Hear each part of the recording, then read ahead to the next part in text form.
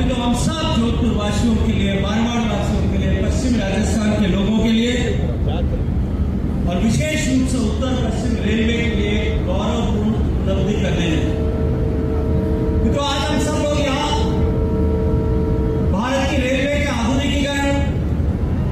Railway में यात्री विस्तारों का विस्तार, यात्री सुविधाओं का विस्तार और उसके साथ साथ में देश भर में जिस गति के साथ में रेल के क्षेत्र में प्रगति हो रही है, उसी के अनुरूप राजस्थान में भी हो रही प्रगति की महत्वपूर्ण परियोजनाओं के विषय में आप सबके साथ में इस खुशी को साझा करने के लिए एकत्रित आए। हमारे प्रधानमंत्री हमेशा ये बात कहते हैं, अनेक अवसरों पर हमने साझा बैठकों के समय में इस बात को सुना है। वो कहते हैं कि रेल केवल एक महज परिवहन का साधन या प्रणाली मात्र नहीं है, अपितु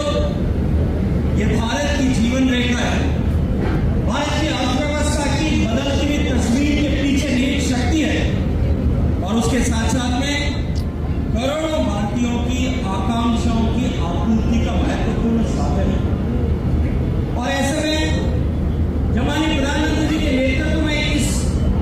विचार को, इस विषय को, इस दर्शन को अपने जहन में रखकर पिछले 12 वर्षों में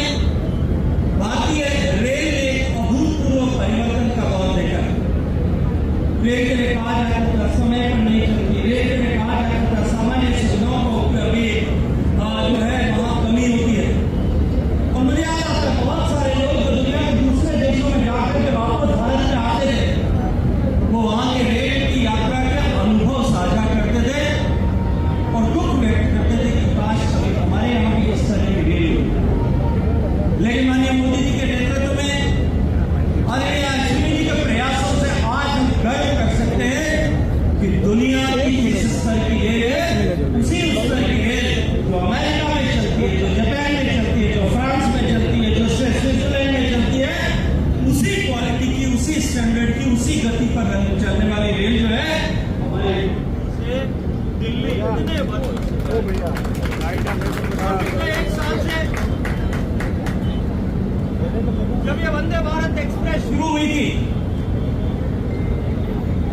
2023 में, जब माननीय प्रधानमंत्री जी के आशीर्वाद से जोधपुर में